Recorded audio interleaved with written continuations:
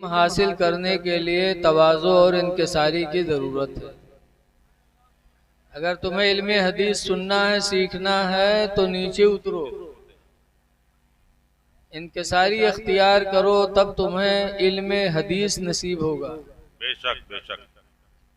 बादशाह हारून रशीद तख्त से उतरे और नीचे बैठ गए और काफ़ी देर तक हजरत इमाम मालिक रज़ी अल्लाह ताला अन्हु से हदीस सुनते रहे।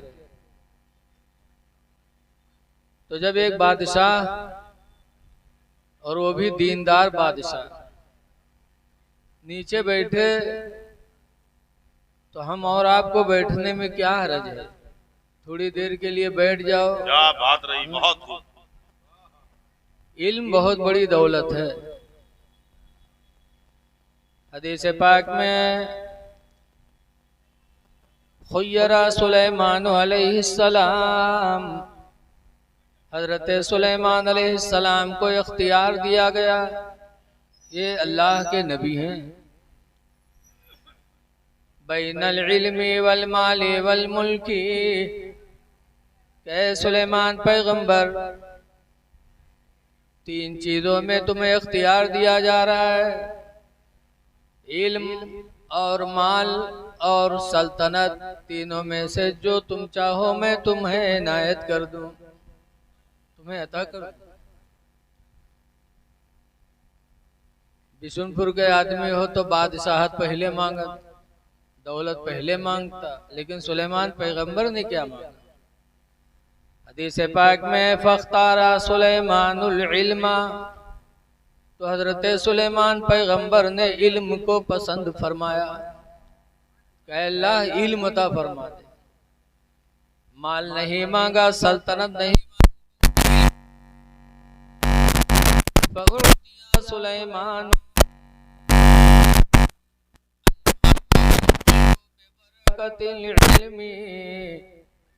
तो सुलेमान अलैहिस्सलाम माल भी दे दिए गए, सल्तनत भी दे दिए गए इल्म की बरकत से। इल्म मांगा तो इल्म के वसीले से अल्लाह ने उन्हें माल भी अता फरमाया और बादशाहत भी अता फरमाया। तो इल्म वो दौलत है, जलसों से इल्म मिलता है। छोटे बच्चों के लिए तो मदरसा है, और जवानों के लिए, बूढ़ों के लिए इल्म की जगह ये महफिलें हैं। यहाँ आओ तो शांति के साथ बैठो और सुनो।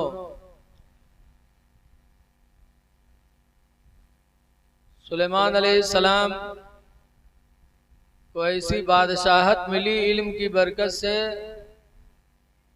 कि पूरी दुनिया के इंसानों के बादशाह, जिन्नातों के बादशाह, हवा के भी बादशाह, चरिंद परिंद के भी बादशाह, सब पर अल्लाह ने उन्हें हुकूमत अता कर दी।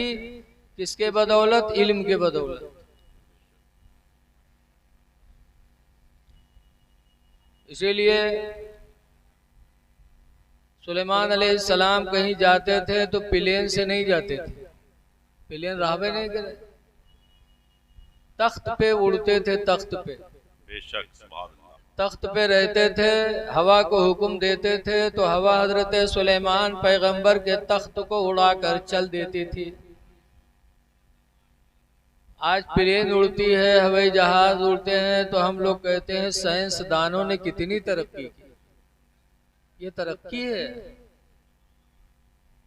हवाई जहाज उड़ता है या प्लेन उड़ती है तो इसमें पेट्रोल लगता है, इंजन भी है, ड्राइवर भी है, नेटवर्क भी है, तमाम चीजें हैं, अड्डा भी उसका बना है, दूसरे अड्डा ही पे उतरेंगे।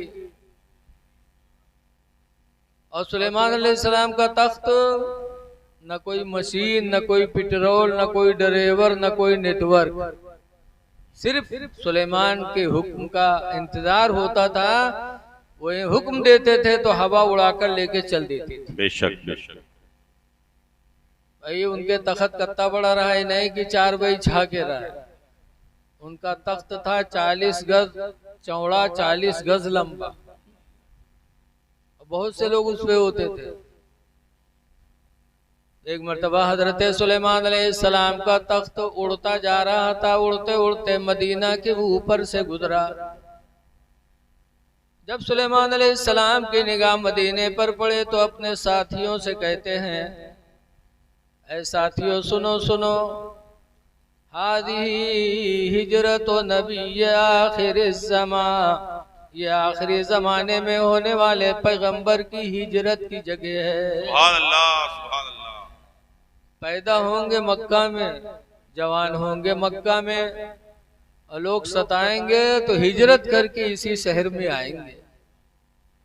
फतूबा लिमन आमन बिही, तो मुबारकबादी है उसके लिए जो उस आखिरी नबी पर ईमान ले आएगा। वत्तबऊहु, और उसके लिए भी मुबारकबादी है जो उस आखिरी नबी की पैरवी करेगा। ये सुलेमान अलैहिस्सलाम की हुकूमत थी। आज कहते तरक्की है, जो आज साइंसदानों ने किया उसको अल्लाह वालों ने बहुत पहले करके दिखा दिया, और उससे बड़ी चीज दिखा दी।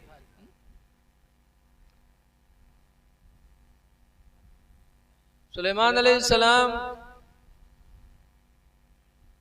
बहुत पहले आए, लेकिन मेरे नबी का चर्चा किया।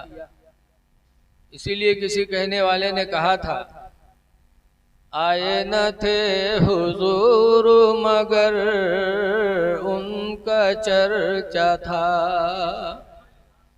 आए न थे हुजूर मगर उनका चर्चा था। यसरब को मुस्तफा ने मदीना बना दिया। क्या बात है, क्या बात है। यसरब को मुस्तफा ने मदीना बना दिया। आए हो इसके रसूल में तो अदब से बैठ जाओ, इसके नबी बहुत बड़ी दौलत है। इसके नबी ने दिल को मेरे दिल बना दिया। बात रही, जिंदाबाद जिंदाबाद। इसके नबी ने दिल को मेरे दिल बना दिया। और महशर में मुंह दिखाने के काबिल बना दिया। महशर में मुंह दिखाने के काबिल बना दिया। तो बैठो मोहब्बत से, लेकिन कुछ लोग आए हैं वो सोचते हैं कि हम मौलवीन कर मनबे न चाहे जत्ता कहीं। कुछ लोग जिद्दी होते, और जिद का अंजाम अच्छा नहीं होता। जिद्दी का अंजाम खराबी होता है। एक जिद्दी का वाकया मौलाना अब्दुल मुस्तफ़ा आज़मी अलैहि रहमा ने लिखा है कि एक नवाब साहब थे, उनके एक नौकर रहा, उसका नाम रहा बुद्धू। एक दिन नवाब साहब बुद्धू से कहीं, यार बुद्धू ससुराल चलना था, कहीं चलो चला जाए। कहीं यार मेरा पैजामा बहुत गंदा है। बुद्धू ने कहा मेरा पैजामा साफ रखा है, आप मेरा पैजामा पहन लो, मैं आपका पहन लूं। नौकर चाकर आदमी गंदा पैजामा भी चलेगा। नवाब साहब कहीं ना ही यार, ससुराल में अगर कोई का पता चलेगा कि नवाब अपने बुद्धू पैजामा पहन के आए तो कितनी बड़ी बोरियत हुई। कहीं पैजामा हमार जब हम न बतेबे तो कोई कैसे जाने, पहनो। तो कहीं ठीक है ध्यान रखना, कहीं हाँ ध्यान। बुद्धू ने अपना पैजामा पहना दिया नवाब साहब को, नवाब का पैजामा खुद पहन लिया।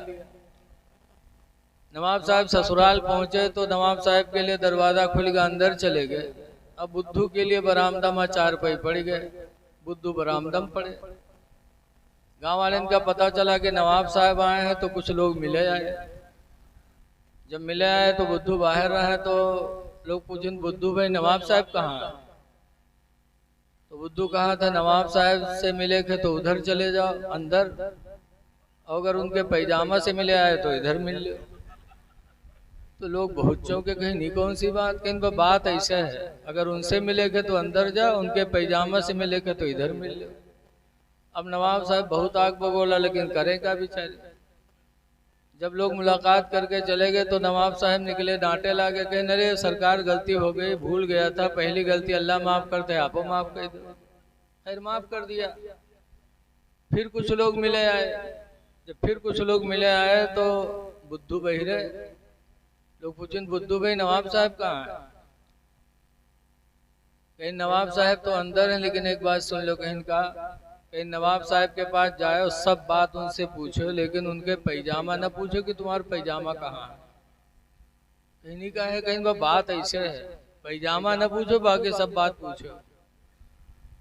लोग मिलके चले गए, नवाब साहब आए, मारे लगे, कहीं बदतमीज, कहीं तूने मेरी बेइज्जती करा दी, कहीं साहब मना तो किया रहा है पैजामा न पूछो, हट नालायक, फिर पैजामा पैजामा रट रहा है। कहने अच्छा सरकार माफ कर दो, पैजामे का नाम जबान पे नहीं आएगा। खैर खत्म हो गई बात। फिर कुछ लोग मिले आए। जब फिर कुछ लोग मिले आए तो बुद्धू अपन सर नीचे झुकाए लिए। लोग पूछे बुद्धू नवाब साहब कहाँ है? बुद्धू एक चुप हजार चुप। कहीं बुद्धुआ बोल न रे नवाब साहब कहाँ है रे? बुद्धू चुप। फिर लोग कहने बुद्धुआ बताओ न रे कहाँ है रे नवाब साहब? तो बुद्धू सर उठे, हम कहा जाने नवाब साहब कहाँ है। जब उनके हम पैजामा नहीं बता सके थे तो उनका कहाँ बता सके थे। पर नवाब साहब के बर्दाश्त नहीं हुआ, मार के भगाएंगे।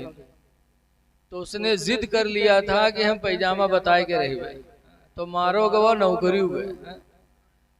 जिद न करो, शैतान ने जिद किया था तो आज तक उस पर लानत भेजी जा रही है। कोई अच्छी बात हो तो उसको मान लेना चाहिए। मैं अपने भाइयों से फिर कहूंगा, बैठ जाओ सुन लो। अल्लाह ताला ने कुरान में फरमाया, अल्लज़ी खलक़ल मौत वल हयात, खुदा वो है जिसने जिंदगी और मौत को पैदा किया। जिंदगी भी दी, मौत भी देगा। क्यों? लियब्लुवकुम अय्युकुम अहसनु अमला, ताकि अल्लाह तुम्हारा इम्तिहान ले ले कि तुम में अमल के एतबार से अच्छा कौन है। हम इम्तिहान देने आए हैं इस दुनिया में कि अच्छा अमल के एतबार से कौन है। अच्छा यहाँ भी एक बात गौर करो कि इम्तिहान कौन लेता है? वो इम्तिहान वही लेता है जिसके बारे में मालूमात नहीं होती। जैसे हम किसी बच्चे का इम्तिहान लेने जाते हैं तो हमको पता नहीं कि वो बच्चा कितना पढ़ा लिखा है, कितना जानता है, तभी तो उसका इम्तिहान लिया जाता है। बोलो भाई, हमको मालूम नहीं। अल्लाह इम्तिहान लेगा तो क्या माज़अल्लाह अल्लाह नहीं जानता है? अल्लाह सब कुछ जानता है, लेकिन उसका निज़ाम कुदरत ऐसे ही है। तो हमको आपको अच्छे अमाल करना चाहिए। अभी आप लोगों ने सुना कि 70,000 बख्शे जाएंगे और एक आदमी के साथ 10 लोगों की टोली होगी और 10 लोगों की टोली वालों में हर एक के साथ 70,000 की टोली होगी। सुभान अल्लाह, सुभान कितने लोग जाएंगे? आप लोग सोचे हुए हो कि अब तो वैसे चले जाइए ना। जन्नत में जाने के लिए आपको कुछ करना पड़ेगा। एक मर्तबा हजरत अबू हुरैरा सहाबी रदियल्लाहु ताला अन्हु सरकार की जियारत के लिए घर से निकले, नहीं पाया तो पता चला कि फला बाग के अंदर है, अबू तलहा के बाग में है। और सरकार से कितनी मोहब्बत थी सहाबा को।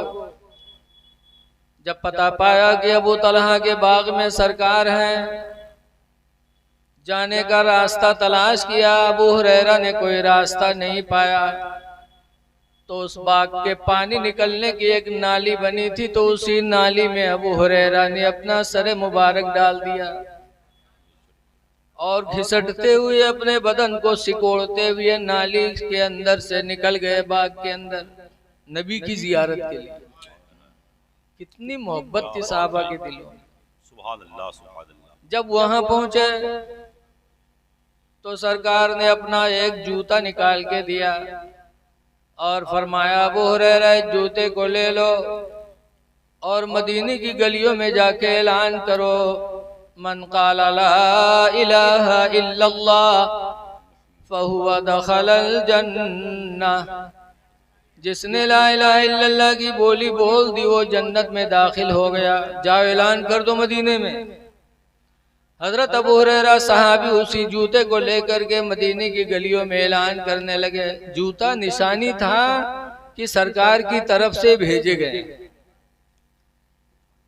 अबू हुरैरा ऐलान करते जा रहे हैं, मन क़ाला ला इलाहा इल्लल्लाह फहुवा दखलल जन्नह, जिसने ला इलाहा इल्लल्लाह की बोली बोल दी वो जन्नती हो गया। सुभान अल्लाह। ऐलान करते जा रहे थे। हजरत उमर फारूक आदम उधर से आ रहे थे। जब हजरत उमर फारूक आदम ने अबू हुरैरा के मुंह से ऐलान सुना तो हजरत उमर ने अबू हुरैरा के सीने पे घूंसा मारा। अब ऐसा घूंसा मारा कि अबू हुरैरा चित हो गए। हजरत उमर फरमाते हैं, ऐलान कर रहे हो? इस तरह अगर ऐलान करोगे तो लोग नमाज और रोजा छोड़ देंगे, हज ज़कात करना छोड़ देंगे, आमाल नहीं करेंगे, समझेंगे कलमा पढ़ने ही से इंसान जन्नत में चला जाएगा। क्या बात रही। हजरत उमर ने घूंसा मारा, अबू हुरैरा चित हो गए। ऐलान कर रहे हो? लोग नमाज और रोजा से दूर हो जाएंगे, समझेंगे इतने से ही हमें जन्नत मिल जाएगी। अबू हुरैरा उठे और हुजूर के पास शिकायत लेके गए कि मैं ऐलान कर रहा था, अबू उमर ने मुझे इतने जोर से घूंसा मारा कि मैं जमीन पे चित हो गया, और क्या इस तरह ऐलान कर रहे हो कि लोग नमाज रोजा से दूर हो जाए? तो हुजूर फरमाते हैं, उमर की जबान पर हक के अलावा कुछ नहीं आता। क्या बात रही। सुभान अल्लाह, सुभान अल्लाह। उमर ने जो कहा वो हक कहा। लोगों, अमाल की दुनिया में आओ। ईमान सबसे बड़ी दौलत है। ईमान लाने के बाद आमाल हसना का होना बहुत जरूरी है। आज जिस बुजुर्ग के दरबार में आए हो, आज अल्लाह ने इनका मर्तबा इतना ऊंचा क्यों किया? कभी आपने गौर किया? मज़ारों पे हम जाएं तो इबरत हासिल करें। रसूलुल्लाह सल्लल्लाहु अलैहि वसल्लम के दामाद हजरत उस्मान गनी रदियल्लाहु ताला अन्हु जब कब्र पे जाते थे तो रोते थे। मेला में टहरत नहीं रहे, रोते थे। और इतना रोते थे, इतना रोते थे हजरत उस्मान गनी रदियल्लाहु ताला अन्हु के हजरत उस्मान के आंसू बहते बहते उनकी दाढ़ी मुबारक भीग जाती थी। साहबा ने पूछा, ऐ उस्मान तस्कुरुल जन्नत वाला तब के, ऐ उस्मान तुम जन्नत का बयान करते हो, रोते नहीं हो। व तस्कुरुन नार वाला तब के, और जहन्नम का बयान करते हो, रोते नहीं हो। और कब्र को देखते हो तो रोते हो, इसकी वजह क्या है? तो हजरत उस्मान गनी ने कहा था, क्यों न रो कब्र को देखकर? मेरे पैगंबर ने फरमाया, कब्र अव्वलु मंजिलुम मिन मनाजिलिल आखिरा, कि कब्र आखिरत की मंजिलों में सबसे पहली मंजिल है। इस मंजिल में इंसान कामयाब हो गया तो आखिरत की सारी मंजिलें उसके लिए कामयाब हो जाएंगी। तो इसलिए मैं रोता हूँ कि खुदा जाने इस मंजिल में मुझे कामयाबी मिले कि न मिले। ये उस्मान कहते थे। जबकि उस्मान गनी का दर्जा इतना बुलंद, इतना बुलंद। एक मर्तबा हुजूर अपने घर में लेटे थे, लुंगी ऊपर चढ़ी थी, पिंडलियां खुली थी, घुटना नहीं खुला था। आज तो कुछ बेहया लोग घर में चड्ढी पहन के सोवत। इतने बेहया नहीं देखा था कि इनकी बिटिया इनका देखी तो थुक्की कि न थुक्की। बिटिया कहीं बहन घर में है, माँ घर में है, और चड्ढी पहने घर में। सत्र का खोलना मर्दों के लिए हराम है, नाप से लेके घुटना तक खोलना हमारे तुम्हारे लिए जायज नहीं है, हराम है। सिर्फ चड्ढी पहनकर नेकर पहनकर घरों में घूमना या बाहर निकलना। रसूलुल्लाह सल्लल्लाहु अलैहि वसल्लम की लुंगी थोड़ी चढ़ी हुई थी, पिंडलियां खुली थी। हुजूर की बीवी हजरत आयशा कहती हैं कि इतने में मेरे अब्बा अबू बकर रदियल्लाहु अन्हु हुजूर से मिलने आए। तो हुजूर लेटे रहे, बातचीत होती रही। थोड़ी देर बाद हजरत उमर रदियल्लाहु अन्हु आए तो भी हुजूर लेटे रहे, बातचीत होती रही। थोड़ी देर बाद उस्मान गनी आए तो सरकार ने उस्मान को देखा तो उठ के बैठ गए और पिंडलियों को हुजूर ने छुपा लिया।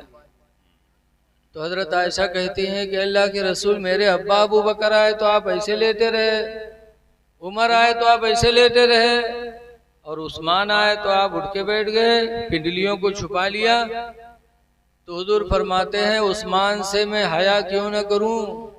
उस्मान से तो जन्नत के फरिश्ते भी हया करते हैं। क्या बात रही, जिंदाबाद जिंदाबाद। उस्मान से तो जन्नत के फरिश्ते भी हया करते हैं। बेशक बेशक। वो उस्मान जिससे जन्नत के फरिश्ते हया करें, वो उस्मान कब्र को देख के रो रहे हैं कि इस कब्र में मुझे कामयाबी मिले कि न मिले। जिंदाबाद।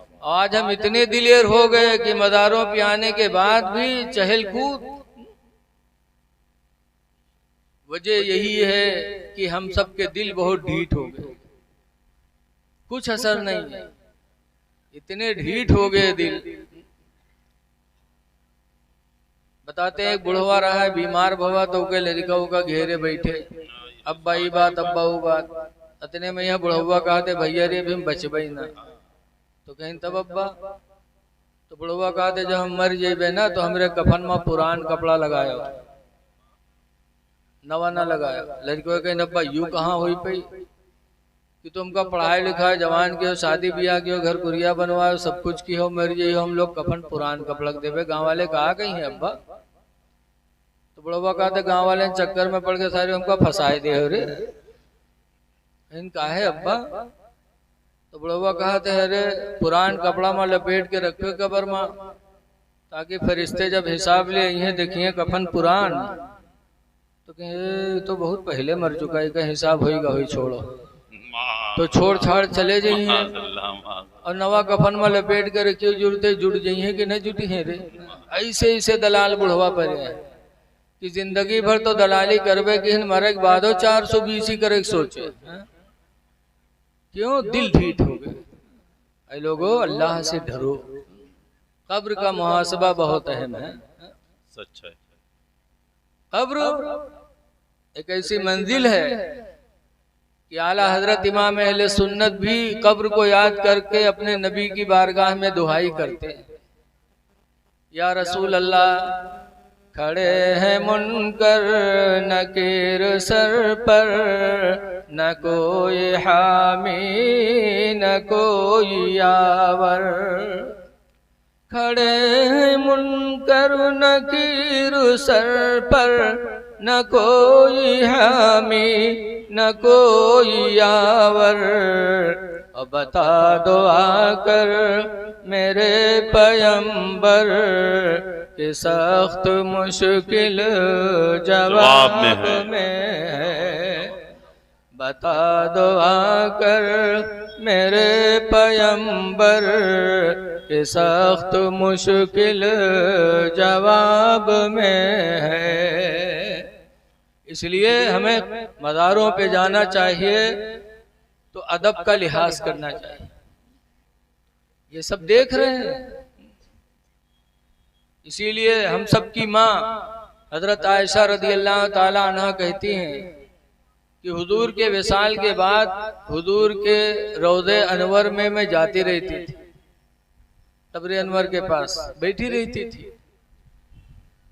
बाद में मेरे अब्बा हजरत अबू बकर का इंतकाल हुआ तो भी पहलू में दफन किए गए, तो भी मैं ऐसे बैठी रहती थी, जाती थी। कुछ दिनों के बाद जब हजरत उमर रदियल्लाहु ताला अन्हु को दफन किया गया तो हजरत आयशा कहती हैं कि मुझे शर्म आने लगी, हया आने लगी कि अमीरुल मोमिनीन उमर कब्र में है और मैं ऐसे जाऊं। तो हजरत आयशा पर्दे के साथ जाने लगी, पर्दा करके जाती थी। क्यों? शर्माती थी अमीरुल मोमिनीन को। इसका मतलब कि हम सब की माँ हजरत आयशा का अकीदा था कि उमर है कब्र अनवर में लेकिन मुझे देख रहे हैं। क्या बात है, जिंदाबाद जिंदाबाद। ये अकीदा था कि देख रहे हैं। और आज हमारी माँ बहनें आई हैं मजार पर, किस तरह आएंगी? अल्लाह रहम करे। कहीं हम तो पर्दा कह के जैसे नकाब पहन के, नकाब पहनी है तो कमर में यह रस्सा बंधी है, लागत है डाका डाले जाता, रस्सा बंधी है कमर में। अरे ये नकाब किस लिए इजाद हुआ? नकाब इसीलिए इजाद हुआ ताकि औरत पहने उसके बदन का ऊंचा नीचा हिस्सा कोई देख न सके। नकाब पहनने के बाद भी वैसे ही।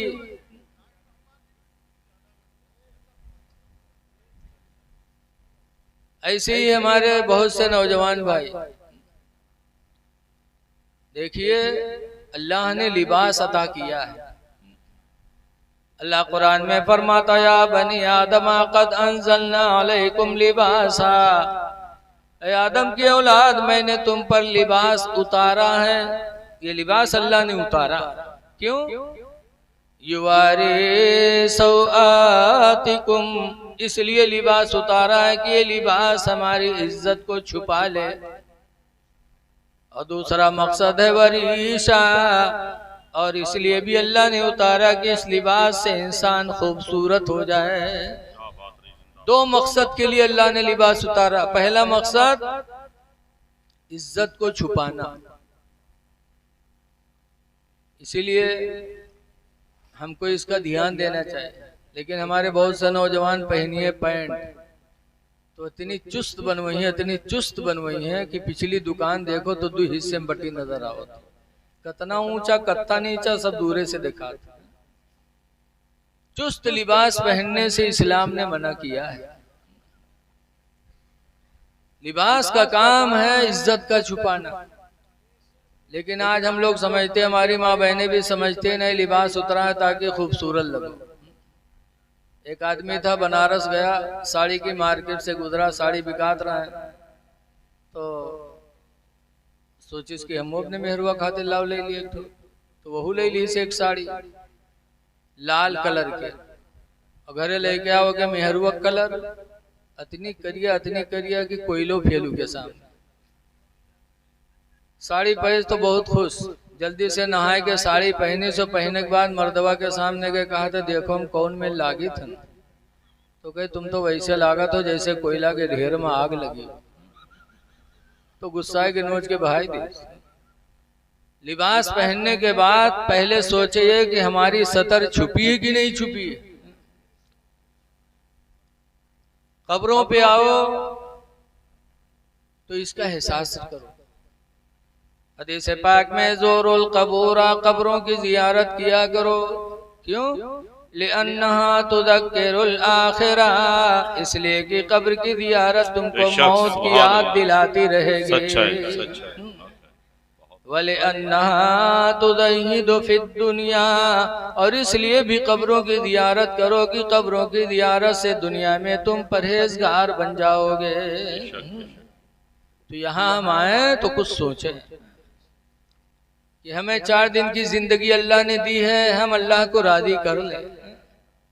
हुजूर मुफ्ती अनान पारा अली रामा कहा करते थे, हमेशा के लिए रहना नहीं इस दार फानी में, हमेशा के लिए रहना नहीं इस दार फानी में, कुछ अच्छे काम कर लो 4 दिन की जिंदगानी में, कुछ अच्छे काम कर लो 4 दिन की जिंदगानी में। और जो जीते हो तो इस दुनिया में कोई काम कर जाओ, जो जीते हो तो इस दुनिया में कोई काम कर जाओ। खुदा तौफीक दे तो खिदमत इस्लाम कर जाओ, बेशक खुदा तौफीक दे तो खिदमत इस्लाम कर जाओ। हुजूर सल्लल्लाहु अलैहि वसल्लम बीमारी में थे, जिस बीमारी में हुजूर का विसाल हुआ तो हुजूर की बीवी हजरत आयशा कहते हैं कि हुजूर के विसाल के वक्त हुजूर के सामने तसले में पानी भरा रखा था और उस तसले में सरकार हाथ डालते थे और चलते चलते सरकार ने 2 बातें अपनी उम्मत को कहा था। कि मेरे उम्मतियों में तो रुखसत हो रहा हूं, लेकिन दो चीजों का ख्याल रखना। नंबर 1 पर सरकार ने फरमाया था सलाह, नमाज का ख्याल रखना, वमा मलकत ऐमानुकुम, और अपने मातहतों का ख्याल रखना। क्या बात रही जिंदाबाद। नमाज न छूटने पाए और अपने मातहतों पर जुल्म न होने पाए। मातहतों पर, मातहत में बीवी आती है, लड़के आते हैं, छोटे भाई आते हैं, छोटी बहनें आती हैं, मजदूर है, गुलाम है, जानवर हैं, ये सब हमारे मातहत हैं। मेरे नबी ने चलते चलते फरमाया था कि मातहतों पर जुल्म न होने पाए। लेकिन आज अफसोस है कि हम मातहतों पर कितना जुल्म करते हैं। भाई है छोटे तो उनसे काम करवाएंगे और उनका हक मारेंगे। मालिक बन गए तो चोरा चोरा रुपया बीवी दे हैं, तके बीवी का पठे दे हैं मैका, तके जब मैका से लौटी तो सोने के झुमकी पहन के आई। घर वाले पूछे भौजी झुमकी कहाँ से पाया? कहीं हमारा अम्मा दी ने बनवाए। अरे बिहाय में तुम्हारा अम्मा नहीं दही पहन रहा है, सोने की झुमके बनवाए देते। ये भाइयों का हक नहीं मारा जा रहा है तो क्या है? सरकार ने फरमाया था अपने मातहतों का ख्याल रखना। मजदूर हम रखते हैं तो मजदूर के पीछे पीछे लगे रहते कि तनको देर बैठक न पावे। अरे कम से कम ये सोच लो कि अल्लाह हमें मजदूर बनाता, इसको मालिक बनाता, तो ये हमसे काम लेता तो हम पर कितनी मुसीबत होती है। मजदूर रखो तो उस पे आसानी पैदा करो। हदीस पाक में मेरे पैगंबर फरमाते मयस्सरा अला मौसरिन, जो किसी तंग दस्त पर आसानी करेगा, यस्सरहुल्लाहु फिद दुनिया वल आखिरा, तो अल्लाह दुनिया और आखिरत में उस पर आसानी फरमाएगा।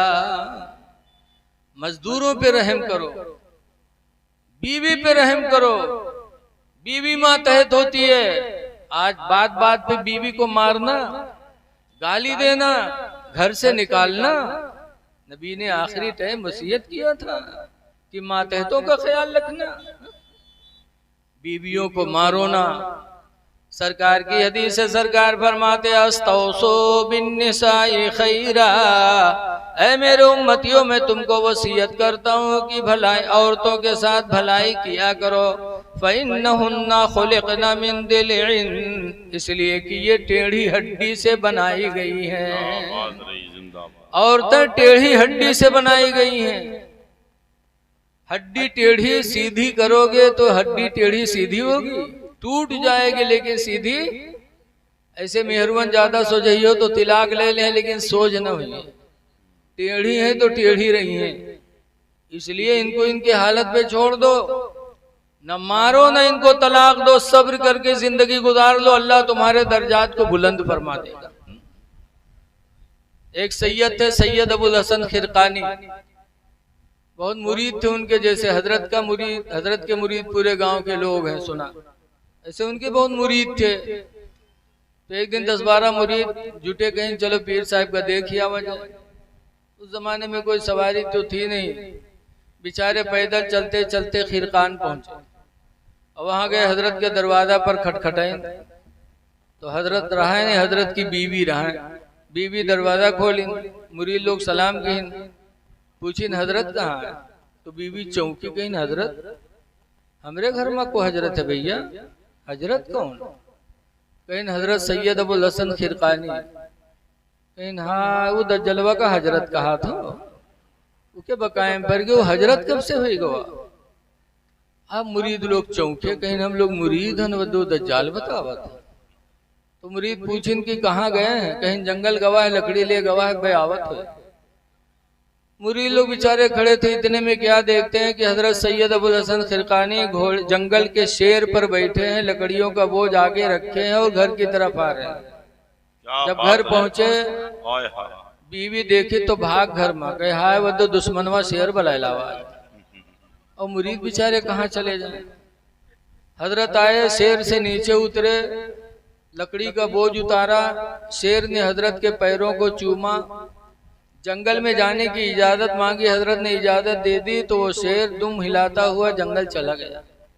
जब जंगल चला गया तब मुरीदों ने पूछा, हुजूर समझ में बात नहीं आ रही है कि आपका मर्तबा इतना ऊंचा कि शेर आपकी फर्मा बरदारी करे, शेर आपका पैर चूमे और आपकी बीवी आपको दज्जाल बताती है।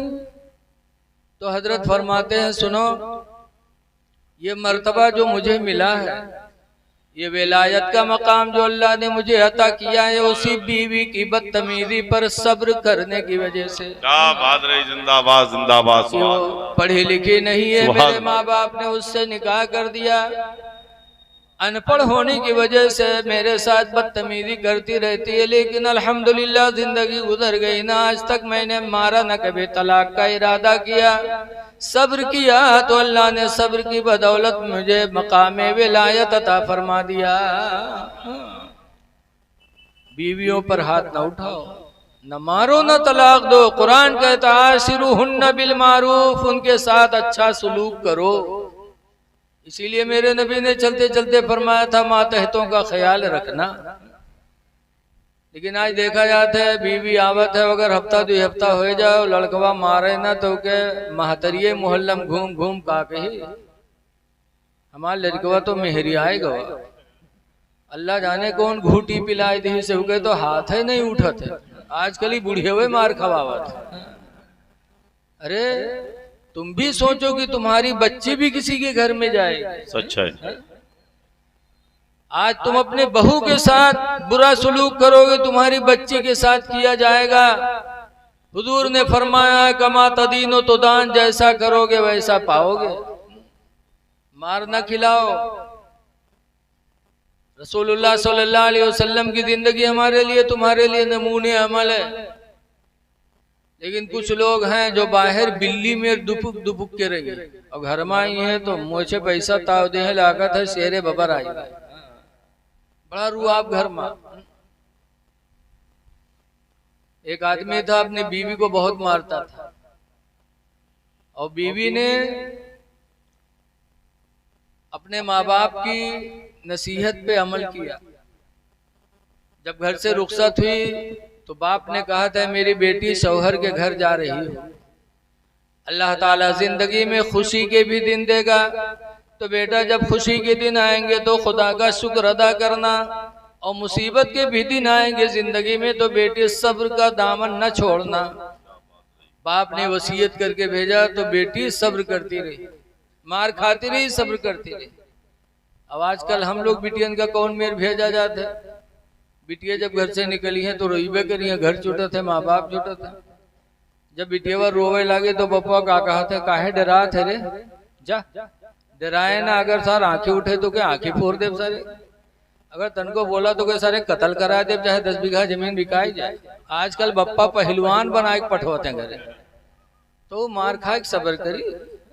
माँ बाप ने अच्छी तालीम दी थी, शौहर जालिम मिल गया, मारता रहा, बीवी सब्र करती रही। इतना मारता था कि मोहल्ला वाले को नाम रख दी बीवी मार। अब का बीवी मरवा कहीं के पुकारा, नाम छोड़ दी, बहुत मारे। और बीवी बिचारी सब्र करती रही, मिजाज पर रखती रही। धीरे धीरे जैसे शौहर का मिजाज था वैसे कामकाज करने लगी। जब ऐसे कामकाज करने लगी तो मारपीट धीरे धीरे बंद हो गई। बंद भय, 1 दिन गुजरा, 2 दिन गुजरा, हफ्ता गुजर गया, मारे कोई मौके नहीं। 2 हफ्ता गुजर गया, मारे नहीं पैस तो बहुत चटपटाया, कहा हाय का मारी कैसे के, तो कोनो गलती ही नहीं मिला। एक दिन मुहर्रम ठाड़ प्रोग्राम बनावे कि एक जुगाड़ है मारे के, जय मछली लेके घर में रख दी, और जब खाना बना के रखी भलाई खाना खाते तो हम पूछबे कि यार सब मछली बनाए हैं, तो अगर कहीं सब बनाए हैं तो ये कह के मरबे कि सब काहे बना डाले रे, आधा रख दी थी कल का खेबे रे। अगर कहे कि आधा बना है ना आधा रख दिया है कल खाते, तो ये कहे के मरबे कि रख काहे दिए रे, मछली हुए सड़जे कि न सड़ी रे, आज का मारे है। बना ली प्रोग्राम, गवा मछली लेके आवा घर में रख दी। बीवी ने खाना बनाया और जब बुलाया खाने के लिए तो प्रोग्राम के मुताबिक लाठी लेके आवा कि आज तो मरे ही मारेगा। बैठा, बीवी ने खाना दिया सामने तो कहा था सब मछलियां बनाए हैं, तो मूड हलैस वो उठाईस लाठी, कहीं सारे सब काहे बना डाले रे, आधा रख दी थी कल का खाई बेरे, कह रे भूल गई थी आधी मछली कल के लिए भी मैंने रख दिया। अब सट अब का कह दे, अब बैठ सोचे, कोई जवाब ही नहीं। थोड़ा बहुत खैस, लेकिन खाना हलक में कहाँ चला जाए, बना बना हुआ प्रोग्राम फेल होगा। जब खा चुका तो बीवी ने आंगन में चारपाई डाला। जब ये लेटा गर्मी के टेम रहा तो बीवी सोचिस कि मेरा शौहर है, दिन भर रोजी कमाया, थका मांदा होगा, जाए हाथ दबा दे, पैर दबा दे, तो पहुंची पैर दबावे लाग। वो पैर दबावे, उस जालिम यही चक्कर में पड़ा कि क्या मारी कैसे पड़ा। देखा आसमान पर तो इसको आसमान में एक हल्की सी लकीर नजर आई। जब लकीर नजर आई तो औरतिया से पूछत है, अरे आसमान में लकीर कैसे रे? तो वहू देखे तो कहे तू फरिश्तन के सड़क हो, फरिश्तन के सड़क हो, कहीं ना, हाँ कहीं ना, अरे तू फरिश्तन के सड़क के नीचे हमारा बिस्तरा बिछाया है रे, अगर उनके मोटर फिसली या एक्सीडेंट भवा तो हम मरब की बचब रे दुश्मन, वो उठाए के पीठ बहाए दिए। ऐसे ऐसे जालिम भी इसी दुनिया में पड़े। रसूलुल्लाह सल्लल्लाहु अलैहि वसल्लम ने इसीलिए चलते चलते फरमाया था कि लोगों, दो लोगों का ख्याल रखना, नमाज न छूटने पाए और मातहतों पर जुल्म न होने पाए। ऐ सुन्नी मुसलमानों, नमाज पढ़ो, नमाज तुम पर फर्ज है।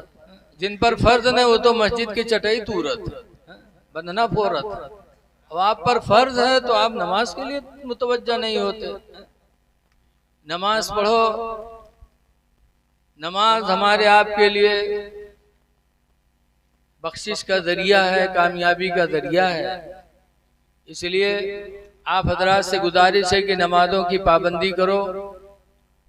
रसूल करीम सल्लल्लाहु अलैहि वसल्लम से नारे तकबीर, नारे रिसालत, मसलके आला हजरत, जश्न ईद मिलादुन नबी, उर्से मुकद्दस, अजमत रजा भागलपुरी, नारे तकबीर, नारे रिसालत। माशाल्लाह देखिए आपके मखसूस शायर बड़ी दूर से चल करके माशाल्लाह आपके सरजमीन पे आए और अब आप अगला प्रोग्राम समाप्त करेंगे। मैं आप हजरात से बस मुश्किल से 4 या 5 मिनट की नमाज का ख्याल रखना। नमाज एक ऐसी अहम इबादत है कि आपने सुना होगा कुरान करीम की आयत है, जहन्नमी जहन्नम में चिल्लाएंगे तो उनसे पूछा जाएगा मा सलककुम फी सकर, ऐ जहन्नमियों तुमको किस वजह से जहन्नम में डाला गया, जहन्नम में कौन सी चीज तुमको लेके आई? तो जहन्नमी बोलेंगे लम नको मिनल मुसल्लीन, हम नमाज नहीं पढ़ते थे जिसके वजह से जहन्नम में आए। वलम नको नुतइमुल मिस्कीन, और हम गरीबों को खाना नहीं खिलाते थे। नमाज नहीं पढ़ते थे, गरीबों को खाना नहीं खिलाते, इसलिए बेनमाजी का ठिकाना जहन्नम है। नमाज पढ़ो, ज्यादा इसके ऊपर बोलने का वक्त नहीं है। नमाज पढ़ोगे, आज हमारे मुसलमान कौम में भीख मांगने की आदत होगी। जहाँ बूढ़े होंगे बस कुर्ता और तहमत पहन के दाढ़ी रखा के भीख मांगना शुरू करेंगे। अफसोस है अपने रब का पैगाम भूल गए। अल्लाह का वादा या अय्युहल्लज़ीना आमनू इज़ा कुदियतिस सलाह, ऐ ईमान वालो जब नमाज पूरी हो जाए फंतशिरू फिल अर्द, तो जमीन पे फैल जाओ, वब्तगू मिन फज़लिल्लाह, और अल्लाह की दी हुई रोजी को तलाश करो। नमाज फजर पढ़ के निकलो, रोजी तलाश करो। अल्लाह कहता है तुम तलाश करोगे मैं तुम्हें अता करूंगा। आज हम नमाज नहीं पढ़ते और नमाज छोड़कर हम रोजी तलाश करते हैं, तो हमें रोजी कैसे मिलेगी? नमाज पढ़ो, इंशाअल्लाह रोजी भी मिलेगी, दुनिया आखिरत की नेमतें भी मिलेंगी। लेकिन आज हमारा ईमान इतना कमजोर हो गया। एक गांव रहा है, पूरा गांव नमाज पढ़े लेकिन एक आदमी नहीं पढ़े। जुम्मों में नहीं जाए, ईद बकरीदों में नहीं जाए, गांव वाले सख्ती की तबू नहीं मानी, तो गांव वाले को हुक्का पानी बंद कर दी। जब हुक्का पानी बंद कर दी, न कोई बोले न डोले, तो बहुत परेशान। हफ्ता गुजर गया, आफत हो गए। तो कहीं लागत है गाँव वाले बगैर नमाज पढ़ाए न मनिए कहा, तो नमाज पढ़ेला। मजबूरन शुरू की, हफ्ता भर नहीं बीता रहा है, 6 दिन पढ़िस रहे कि गाय लागत रहे, गई माँ मरी गई। जब गई माँ मर गए तो गाँव वाले पर बहुत खफाकाए, सारे नमाज पढ़ाए हमारे गाय मराए डाली, नमाज न पढ़े नहीं थी तो हमार गाय मरत ना, बहुत बड़ा जाहिल। तो गई माँ तो मर गए, बछीवा जिंदा रहे। तो बछीवा एक दिन उकेला गई बैठ रस्सी बरत रहे, बछीवा आई के गर्दना पखौरम गर्दना रगड़े लाग, तो भगा दी तक फिर बरे लाग, फिर आई बछीवा फिर रगड़े लाग, फिर भगा दी फिर बरे लाग, बछिया तो बछिया। जब तिबारा पलटी तो कहा थे चली जाए नहीं, 2 रकात फिर रखो, तुमरे महतारिक 6 दिन पढ़ा है तब मारा है और तुम 2 रकात भरे को चली जाए थी। ऐसे ऐसे जाहिल परे ऐ लोगों, नमाज पढ़ो, नमाज के बाद अगर मुसीबत आए तो समझ जाओ अल्लाह हमारी इबादतों को कबूल कर रहा है। हमारी आजमाइश के दिन है, सबसे ज्यादा आजमाइश नबियों की हुई, अल्लाह ने सबसे ज्यादा मुसीबत अंबिया पे डाली, उन्होंने सब्र किया तो अल्लाह ने उनके दर्जात को बुलंद कर दिया। हज़रत ज़करिया के दौर में एक बादशाह था, वो अपनी साली पर आशिक हो गया और निकाह करना चाहा। हजरत ज़करिया का दौर था, बादशाह ने हजरत ज़करिया से मसला पूछा तो हजरत ज़करिया ने फरमाया एक शख्स के निकाह में 2 सगी बहनें नहीं हो सकती। उसने कहा ना, मसला बदलो ज़करिया वरना तुम्हें कत्ल कर दे। कहा मसला तो नहीं बदल सकते, जान दे सकते। साली पर बेहद वो आशिक हो चुका था। हजरत ज़करिया को मारने के लिए हुक्म दिया, फौज मारने गई तो हजरत ज़करिया ने बस्ती छोड़ दिया।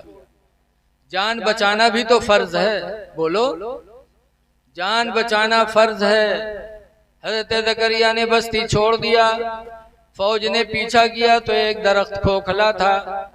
हजरत ज़करिया ने जान बचाने के लिए उसी दरख्त में अपने आप को छुपा दिया। अल्लाह के हुक्म से दरख्त मिल गया, और जब मिल गया तो मारे वाले हुआ तक गए के बाद इधर उधर चक्कर मकर देखें कि कहा हो गया। लोग सोचने लगे थे आसमानों में चला गया, तो पलट पड़े। इतने में शैतान पहुंचा, कहा वापस जा रहे, कहा यहाँ तक दिखाई पड़ा, फिर पता ही नहीं चल रहा। शैतान ने कहा मैं बताता हूँ। दरख्त के करीब गया तो हज़रत ज़करिया के चादर का एक कोना बाहर रह गया था। कहा देखो इसी के अंदर है, चादर का कोना बाहर दिखाई दे रहा है। लोगों ने कहा तब शैतान ने कहा आरा लाओ, आरा लाया गया। कहा चीरो, तो दरख्त को चीरा गया। जब आरा हजरत ज़करिया के सर पे पहुंचा तो अल्लाह ने फरमाया ज़करिया उफ न करना। हजरत ज़करिया ने उफ तक नहीं किया और आरा से पूरा बदन फट गया, 2 टुकड़े हो गए।